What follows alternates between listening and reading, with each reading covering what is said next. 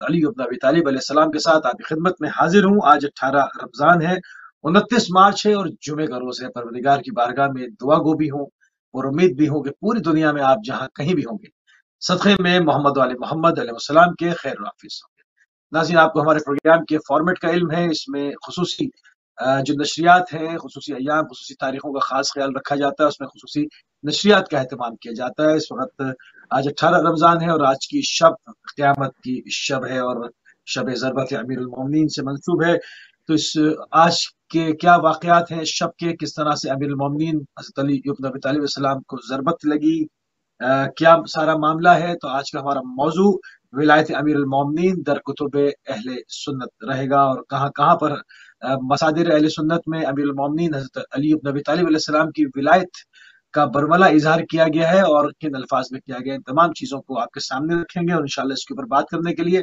ہمارے ساتھ جو شخصیت موجود ہے، یقیناً آپ کی شخصیت کسی تعارف کی محتاج نہیں، استاد حوض علمیہ نجف اشرف جناب آیت اللہ سید نسیم عباس نشفی صاحب ہمارے ساتھ موجود ہیں۔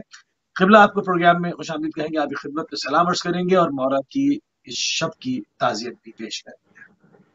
علیکم السلام ورحمۃ اللہ وبرکاتہ۔ محترم مصری صاحب، میری طرف سے بھی تمام مومنین کی خدمت میں اور امام زمانہ علیہ السلام کی خدمت میں تعزیت۔ جزاک اللہ قبلہ، جزاک اللہ قبلہ۔ اس پہ ہم ایک پروگرام اس سے پہلے ہم کر چکے ہیں، اپنے سلسلہ کلام کو مربوط کریں گے جہاں سے گفتگو کا سلسلہ منقطع ہوا تھا۔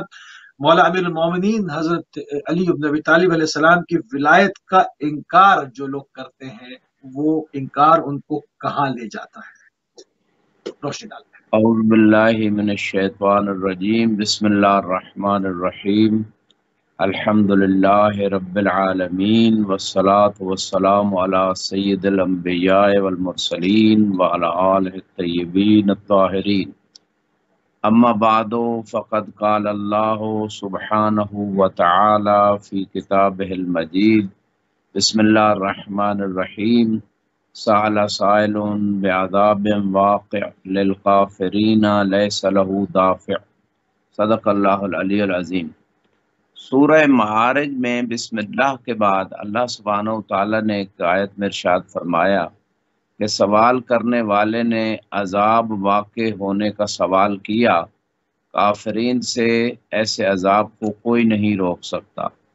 اس آیت کے ضمن میں مفسرین نے جو اس آیت کا شان نزول لکھا ہے وہ یہ ہے کہ اعلان غدیر ولایت اہل بیت 12 ائمہ کی امامت کی ولایت کے بعد کچھ لوگ، خصوصاً حارث ابن نعمان فہری کا ذکر ہے، وہ رسول خدا صلی اللہ علیہ وآلہ وسلم کی خدمت میں آتا ہے اور آ کے کہتا ہے کہ اے اللہ کے رسول، آپ نے جتنے بھی احکام دیے ہم نے مانے، نماز روزے کے احکام، حج کے احکام، لیکن یہ علی کے جو اپنے چچا زاد کو آپ نے حاکم، آقا، سردار ہمارے اوپر بنا دی ہے، یہ آپ کی طرف سے ہے یا اللہ کی طرف سے؟ تو آپ کے چہرے پہ غضب ظاہر ہوا اور آپ نے فرمایا یہ اللہ کی طرف سے ہے۔ تو یہ رسول خدا کی بارگاہ سے نکلا، صحابہ بھی دیکھ رہے تھے، تو اس وقت اس نے اللہ سے دعا کی کہ اے اللہ، اگر اگر علی کا امام بننا، خلیفہ بننا یہ تیری طرف سے ہے، حاکم و مولا بننا تیری طرف سے ہے، تو ابھی میرے اوپر عذاب نازل کر۔ چونکہ اس نے چیلنج کیا تھا نبوت کو بھی اور امامت و خلافت کو بھی، اور جہاں چیلنج ہوتا ہے وہیں پہ معجزہ ظاہر ہوتا ہے۔ تو رسول کی نبوت کو بھی جھٹلا رہا تھا کہ وہ رسول کہہ رہے ہیں اللہ کی طرف سے، وہ نہیں مان رہا۔ تو کوئی بھی بات، یہاں سے یہ بات بھی ثابت ہوتی ہے کہ اگر کوئی شخص رسول خدا کا کوئی حکم جو ثابت ہو یہ اللہ کے رسول کی طرف سے، اللہ کی طرف سے ہے، اس کا انکار کرنا رسالت کا بھی انکار اور توحید کا بھی انکار لازم آتا ہے، جو ثابت ہو جائے۔ اسی لیے سورہ بقرہ میں یؤمنون بما انزل الیک وما انزل من قبل، کہ جو آپ سے پہلے انبیاء پہ نازل ہو اس پہ بھی ایمان رکھتے ہیں، یہ متقین لوگوں کی صفت میں سے ہے، اور جو آپ پہ نازل ہوا اس پہ بھی ایمان رکھتے ہیں۔ تو یہاں پہ موسی صاحب جب اس نے انکار رسالت کیا، انکار امامت کیا، تو اس وقت معجزہ ظاہر ہونا لازمی تھا۔ حالانکہ قرآن میں ہے وما کان اللہ لیعذبہم وانت فیہم، اے حبیب اللہ ان کو عذاب نہیں دے گا جب تک آپ ان کے اندر موجود ہیں۔ یہ اللہ کا قانون تھا کہ رسول خدا موجود ہیں، عذاب نہیں آئے گا امت کے اوپر، لیکن اس پہ عذاب آیا کیونکہ اس نے چیلنج کر دیا تھا، اور امامت کو، نبوت کو، اور سوال بھی عذاب کا کیا تھا۔ تو وہ یعنی چیلنج امامت و نبوت کے ثابت ہونے کے لیے یہ معجزہ ظاہر ہونا ضروری تھا۔ یوں ہی اس نے دعا اس کی ختم ہوئی عذاب نازل ہونے کی، آسمان سے ایک پتھر گرا اور یہ واصل جہنم ہوا، اور خدا نے ایک قانون عام بنا دیا، سائل سائل بعذاب واقع، سوال تو عذاب واقع ہونے کا، منکر امامت اور رسالت کے منکر نے ایک ہی سوال، ایک بندے نے عذاب واقع ہونے کا سوال کیا تھا، لیکن اللہ نے قانون بنا دیا للکافرین لیس لہ دافع، کہ کوئی بھی منکر رسالت و امامت ہوگا یا منکر امامت ہوگا اس سے کوئی بھی عذاب کو روک نہیں سکتا۔ بعض چیزیں ایسی ہوتی ہیں اس کے عمل نہ کرنے سے انسان جنبی نہیں بنتا، لیکن اس کے انکار سے جنبی بن جاتا ہے۔ توحید کے انکار سے جنبی بنتا ہے، رسالت کے انکار سے جنبی بنتا ہے، امامت کے انکار سے جنبی بنتا ہے، جیسے یہ آیت بتا رہی ہے، اور اس میں سنی مفسرین نے بھی اس واقعے کو نقل کیا ہے۔ تو خدا نے عمومی قاعدہ بنا دیا للکافرین، جمع کا صیغہ، یعنی منکرین امامت جو بھی ہوں گے ان سے کوئی عذاب نہیں روک سکتا۔ یہ تھی آیت۔ اور اسی طرح دوسری آیت میں جو سورہ مائدہ میں غدیر کے حکم کے حوالے سے الیوم اکملت لکم دینکم واتممت علیکم نعمتی ورضیت لکم الاسلام دینا، شیخ امینی رضوان اللہ تعالی علیہ نے اپنی کتاب الغدیر میں، اور باقی اہل سنت علماء نے بھی اس واقعہ غدیر کو لکھا، 20 سال کی محنت ہے ان کی، کئی جلدوں میں انہوں نے اس کتاب کو مرتب کیا، اور یہ حدیث متواتر ہے، من کنت مولا فہذا علی مولا، کہ جس جس کا آقا اور حاکم میں ہوں اور اس کا علی آقا و حاکم، اور اسی خطبہ غدیر میں علی کی اور بارہ میں کی امامت خلافت کا اعلان کیا، باقاعدہ خلفاء اور ائمہ کا ذکر ہوا ہے۔ اچھا، یہاں پہ اس آیت میں بھی اللہ نے کہا کہ آج غدیر کے دن دین مکمل ہو گیا اور نعمتیں تمام ہوئی اور اللہ اسلام سے ایز اے دین راضی ہو گیا۔ اب یہاں پہ اس آیت کے بعد ایک آیت ہے الیوم یئس الذین کفروا، کہ آج یعنی وہی غدیر والے دن لوگ مایوس ہو گئے جنہوں نے انکار امامت کیا تھا دل سے۔ ظاہراً تو سب سے بیعت لے لی تھی رسول خدا نے، السلام علیکم یا امیر المومنین کہہ کے سب سے بیعت لی تھی، لیکن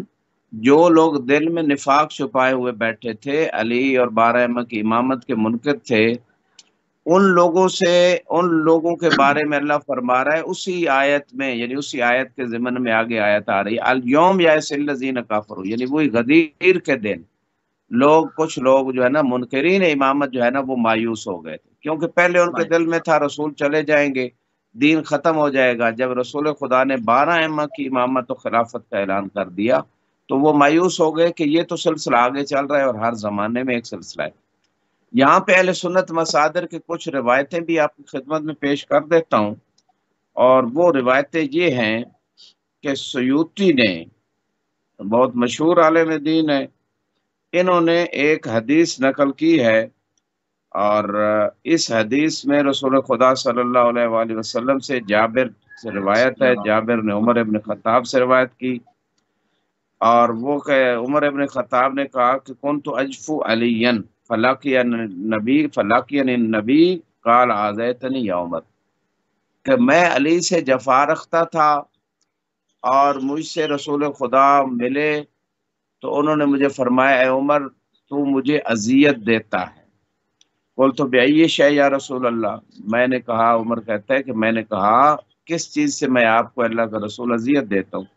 قال النبی تجفو علیًا، کہ تو علی سے جفا کرتا ہے، من آذا علیًا فقد آذانی، جس نے علی کو اذیت دی اس نے مجھ رسول کو اذیت دی، فقلت لا اجفو ابدا، تو میں نے کہا کہ آئندہ میں علی سے جفا نہیں کروں گا۔ یہ بات جو ہے کتاب جامع صغیر کی جلد نمبر 2 صفحہ 547 پہ حدیث 82,627 نمبر حدیث ہے، مناقب آل ابی طالب کی جلد نمبر 3 صفحہ 13 پہ یہ حدیث موجود ہے۔ اور اسی طرح جو ہے اس حدیث کو موفق خوارزمی نے اپنی کتاب المناقب صفحہ 136 پہ حدیث 154 میں یہ اس کو ذکر کیا ہے۔ اچھا، یہ جو حدیث ہے کہ میں علی کو اذیت نہیں دوں گا، جفا نہیں کروں گا، لیکن علی سے جفا ہوئی، رسول خدا کے بعد علی کی خلافت کو چھین لیا گیا، باغ فدق چھین لیا گیا، دروازے پہ حملہ کیا بی بی کے جا کے، تو یہ ساری چیزیں جو ہے نا وہ جفا میں آتی ہیں۔ اور ایک اور روایت جو شواہد التنزیل میں حسقانی نے اہل سنت عالم دین جلد نمبر 2 صفحہ 142 پہ، اور اسی طرح جو ہے مناقب خوارزمی حنفی عالم دین نے بھی اپنی کتاب مناقب میں اس کو لکھا ہے۔ اور وہ حدیث کیا ہے؟